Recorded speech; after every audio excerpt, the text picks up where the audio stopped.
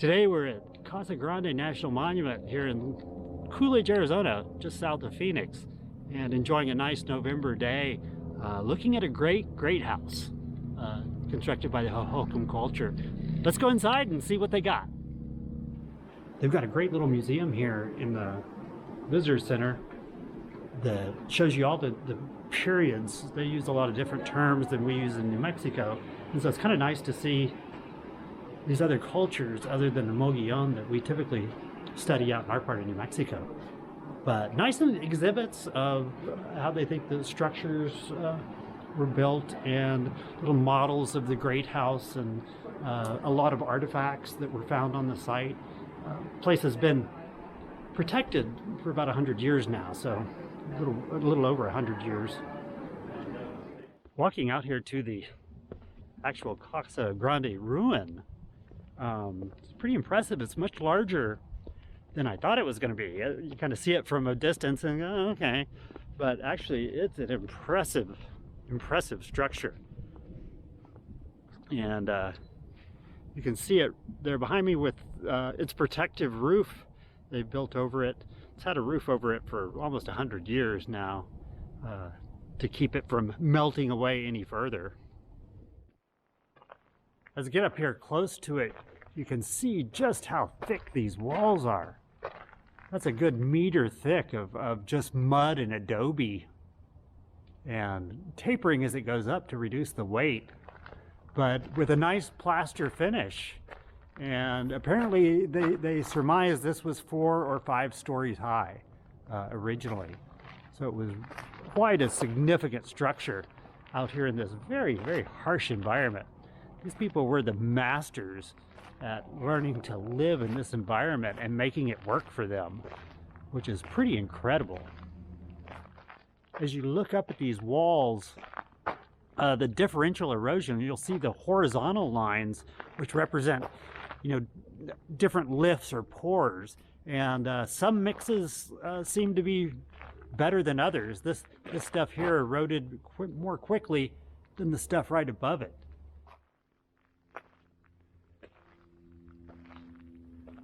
These massive structures are still somewhat of a mystery to archaeologists. Not sure of the purpose of them, other to maybe project power and status. But one of the interesting things is you can see a little hole up in the wall way up there. Sunlight comes through that. The setting sun passes through that hole on the summer solstice, and which is interesting. So astronomy may be part of it, alignments. There's another hole up here in the wall up here, and more amazingly, this marks the point of the moon in its grand cycle, which lasts 18.6 years. And so that kind of knowledge has to be handed down generation to generation to keep track of those things. And again, you can see holes that exist up through, and equinoxes, solstices, and moon cycle events can all be measured through these things. And so is this a place of knowledge? Who knows? With no written language, we'll probably never know for sure.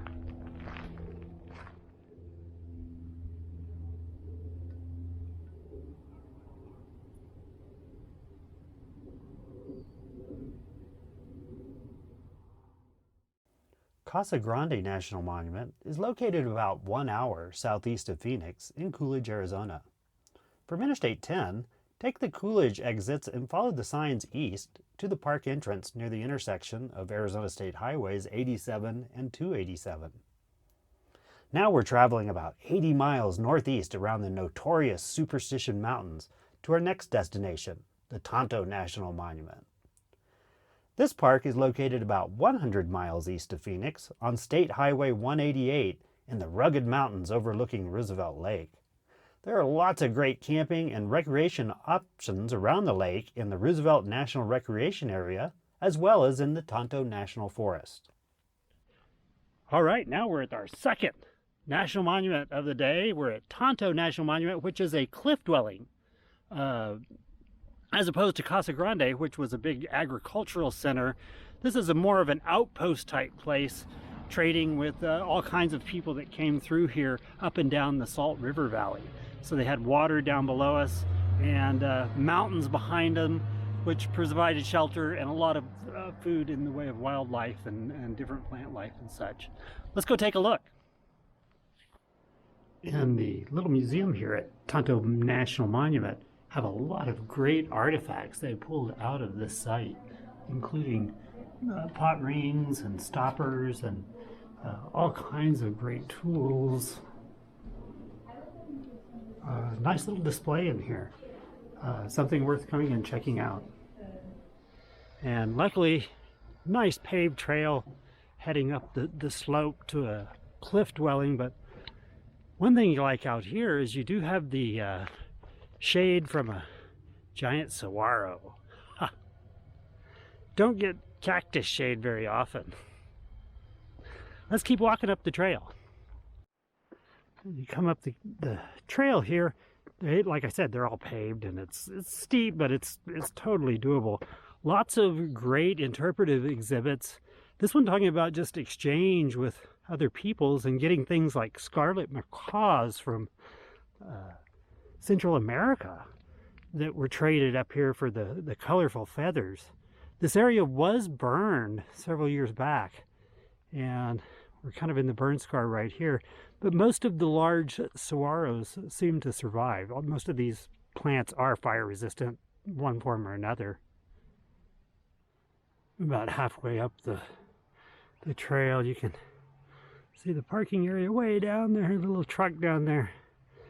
But the lake or reservoir that you see in the distance is called Roosevelt Lake, and named after Teddy Roosevelt. And there's a little information kiosk, but the amazing thing that I find here is that by the time Teddy Roosevelt left office in 1909, he had created 55 national bird sanctuaries and wildlife refuges, 150 national forests, 18 national monuments, and 5 national parks. In all, he protected approximately 230 million acres of public land. Wow. This run comes with its very own greeters. Hello, greeter dog. Hi. Up here in the ruins, the construction we see is a lot different than the construction we see in the pueblos in New Mexico. In that this is a rougher stone construction with a mud and caliche daubing. A little bit more coarse and less probably labor required than the stacked stone. But it is effective, and all of this is original, as well as the timbers that remain. It's actually in pretty good condition, considering this is an old national monument, probably 115 years old or so, and but it's in great condition. Great to see. Great to have 2 different things on the same day. You see multiple rooms.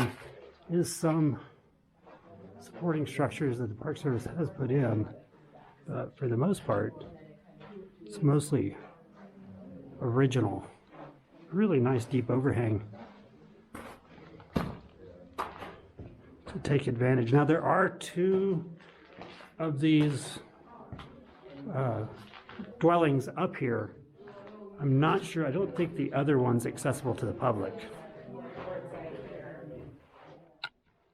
This is a little room they kind of have blocked off with some wire here, but you get a sense that these were dark spaces and probably didn't spend a lot of time in here. This was just to spend at night or to get out of the elements. Probably wasn't the most pleasant of places to just hang out in. So as we descend back down the trail, really a cool little national monument. I'm glad we have these. Kind of a reminder of history, good learning experience, and good exercise as well. That's a thigh burner coming up that trail. Now it's off to find a camping spot. The next mission. We got to see two really cool national monuments today, both dealing with archaeology. Casa Grande, which is kind of the farming community down in the desert, and Tonto here, which is kind of the rough and tumble living up here in the mountains, surviving off this land. And let me tell you, everything out here has stickers on it. There's really not a whole lot to eat. There's a few animals out here, but they're few and far between, and they're probably all pretty fast. So it was a great contrast in cultures and ways that people have figured out how to live in this harsh environment. As you can see, I found my camp spot here. Just a lonely little patch of clear desert. It's level. Got some cows for company off in the distance, but it's going to be a beautiful sunset. Can't wait to see it. Please take a moment to subscribe to my channel. It helps me out and is greatly appreciated. Also, leave a comment, if only to say hi. It lets me know that there are some real people out there. Thanks for watching.